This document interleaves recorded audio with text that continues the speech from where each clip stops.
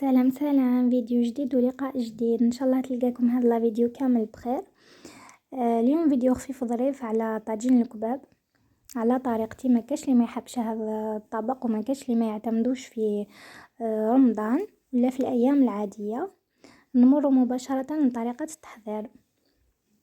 في طنجره نديرو شويه زيت، نرمو ان مورسو بولي، ديروا الكميه اللي حبيتوها، نرمو حبه بصل مقطعه، ديروها رابي الى حبيتو، ونزيدو لي زيبيس. عندنا راس الحانوت، عندنا كاري الدجاج، وعندنا شويه كركم. نضيفو ملعقه صغيره ملح وحبه جوندي. نخلو الدجاج تاعنا والبصله يتقلاو مليح، ومن بعد نمرقو بما سخون قيس ما يتغطى لكم هذاك الدجاج. احنا نضيفو كميه من الحمص ونخلوهم يطيبوا.